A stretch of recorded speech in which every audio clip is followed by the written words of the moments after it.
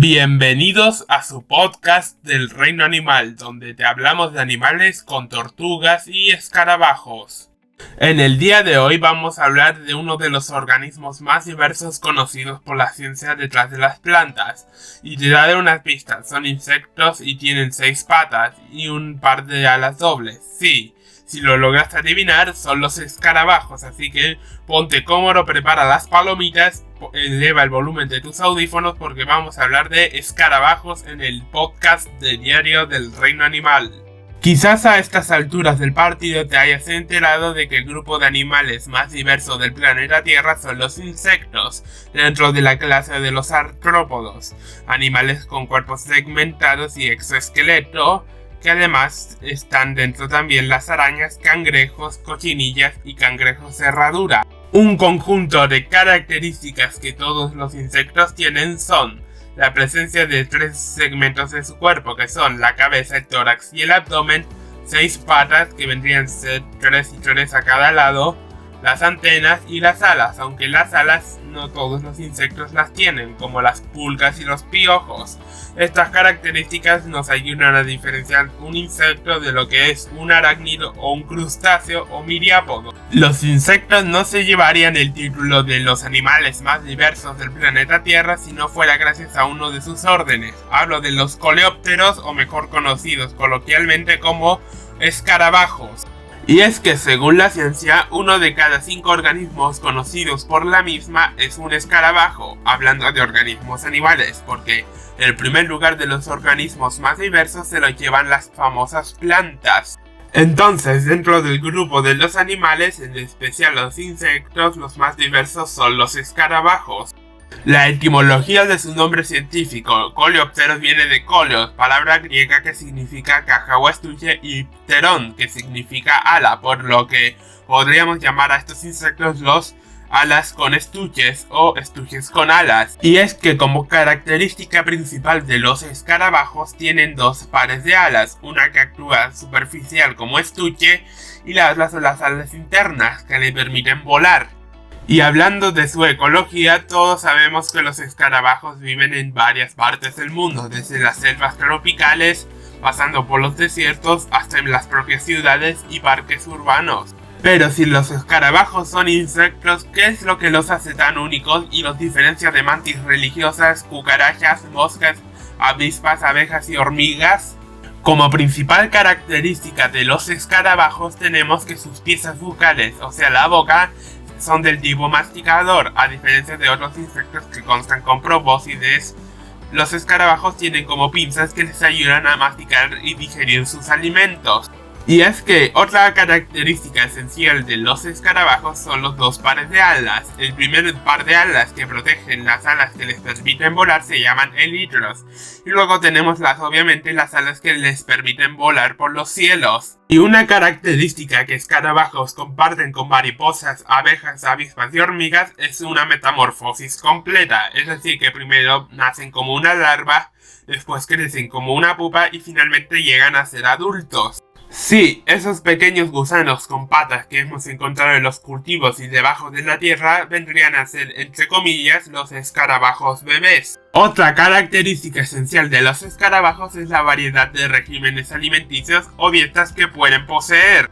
Un ejemplo de estos regímenes alimentarios que tienen los escarabajos lo encontramos en las mariquitas. Y es que todos pensábamos que las mariquitas eran inofensivas y adorables, pero son todo lo contrario para sus presas. Y es que las mariquitas son carnívoras y se alimentan de los pulgones, esos insectos verdes que son una plaga para las plantas y que aparecen como mascotas de las hormigas en la película de bichos de Pixar. También tenemos a los escarabajos coprófagos, que usan los excrementos de elefantes y otros animales grandes de la sabana africana y el desierto para alimentar a sus crías. Sí, sus crías y los adultos literalmente comen caca. Algunos escarabajos longicornios, esos de la familia Cerambicidae, comen corteza de los árboles. Algunos escarabajos son importantes polinizadores como las abejas y los colibríes y contribuyen a los ecosistemas, mientras que otros se alimentan de plantas, hojas y raíces. Estos últimos tres tipos de escarabajos que comen plantas, hojas y raíces constituyen a veces plagas agrícolas muy severas. Como bien dijimos, los escarabajos ocupan una gran diversidad de hábitats, desde los más cálidos desiertos hasta los bosques tropicales, pasando a los bosques templados y a las ciudades y jardines.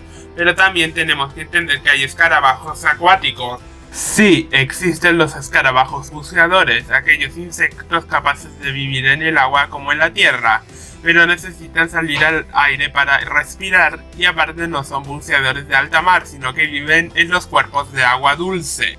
En la noche se ve un espectáculo impresionante en algunas partes del mundo, pues acá existe el otro tipo de escarabajo que muchos conocerán por su bioluminiscencia, la capacidad de crear luz.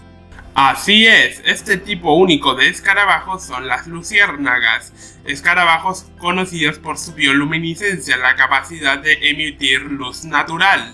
Pues ¿quién no ha querido ir a acampar y atrapar luciérnagas para generar una lámpara? Pues resulta que las luciérnagas usan la luz para comunicarse con las hembras que también la emiten y que no pueden volar. Las hembras, cuando atraen a un macho que puede volar, se lo comen. Sí, a eso se le llama canibalismo sexual y es lo mismo que hacen la mantis religiosa y la araña viuda negra. Otro tipo de escarabajos muy impresionantes son los de la familia Lucanidae, llamados también ciervos volantes, no porque tengan cabeza de venado, sino que también sus mandíbulas en los machos parecen las astas de un ciervo macho. Los lucánidos machos tienen las mandíbulas más grandes que las hembras y son de mayor tamaño. Esto se debe porque en la temporada de cría tienen que luchar ferozmente entre sí para ganar el derecho a pararse con las mismas. Esto hace que sea uno de los pocos escarabajos que tienen dimorfismo sexual. Otro tipo de escarabajo parecido al ciervo volante es el escarabajo rinoceronte, que a pesar de no tener mandíbulas astadas, tienen unos cuernos grandes, lo que le dan el apodo de rinoceronte, y al igual que el escarabajo ciervo volante, lo que hacen los machos es pelear con las hembras que no tienen estos cuernos. El macho que gane la contienda para aparearse con las hembras lo hará. Y otro aspecto curioso es que a pesar de su imponente aspecto, el escarabajo rinoceronte es totalmente inofensivo y es herbívoro. Hablando de los mecanismos de defensa de los coleópteros, tenemos varios. Algunos escarabajos son más agresivos, y es decir, que muerden a sus atacantes. Otros se camuflan, y otros usan el mimetismo para asemejarse a otros animales, como algunos de esos escarabajos que imitan a las abejas y avispas. Quizás el mejor título para un campeón de defensa propia en el mundo de los escarabajos lo tenga el escarabajo bombardero, con su método único de defensa y un poco dinamitoso. No es que este escarabajo sea adicto a los explosivos para defenderse, sino que su método consiste en usar la defensa química. El compuesto químico favorito del escarabajo bombardero es el llamado peróxido de hidrógeno, capaz de generar explosiones tan molestas que hacen que sus depredadores lo dejen tranquilo o incluso en el caso de las ranas lo escupan. Si ahora hablamos de que los escarabajos son tan diversos, ¿por qué son tan importantes para el ser humano y su cultura? Pues los escarabajos, como los que comen carroñas, son muy importantes para las ciencias forenses.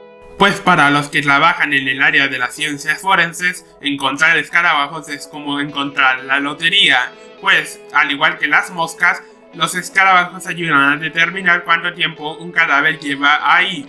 Sería muy interesante que en futuros episodios del podcast habláramos de la fauna cadavérica, pero ahora concentrémonos en los escarabajos y su importancia para el ser humano. En el antiguo Egipto, ver un escarabajo pelotero no significa solo una representación de una deidad, sino que también significa vida y poder. En la literatura, los escarabajos también tienen roles importantes, como por ejemplo en la Metamorfosis de Franz Kafka y en algunos cuentos de Edgar Allan Poe. También otros escarabajos constituyen graves plagas agrícolas, como mencionábamos al inicio del podcast, pues atacan a las plantas y las usan como alimento. Además, según el registro fósil, el primer fósil de un insecto semejante a un escarabajo proviene del periodo pérmico. Los escarabajos se diversificaron mucho durante la era mesozoica, que es la era de los dinosaurios, y han aparecido también registros fósiles de escarabajos de esa época junto a otros insectos. Una vez hemos hablado de su historia evolutiva y su importancia para el ser humano, tenemos que tocar un tema muy importante en el podcast sobre los escarabajos, y es su estado de conservación. Una de las amenazas que enfrentan los escarabajos para su conservación son los cambios climáticos, la amenaza de los insecticidas y pesticidas, además de la depredación de las especies exóticas invasoras. En algunas especies de escarabajo que se han descrito recientemente no se ha podido evaluar su estado de conservación porque aún necesitamos estudios de su ecología y comportamiento en su hábitat. Aparte de polinizadores, tenemos que las larvas de escarabajos y los escarabajos adultos de algunas especies ayudan a descomponer la materia orgánica y así promueven la sanidad en los ecosistemas. Espero que este podcast haya sido de tu agrado y que hayas aprendido algo nuevo sobre los escarabajos o coleópteros. Esto fue Diario del Reino Animal, edición podcast, y nos vemos en el siguiente episodio, donde el tema será a vuestra elección.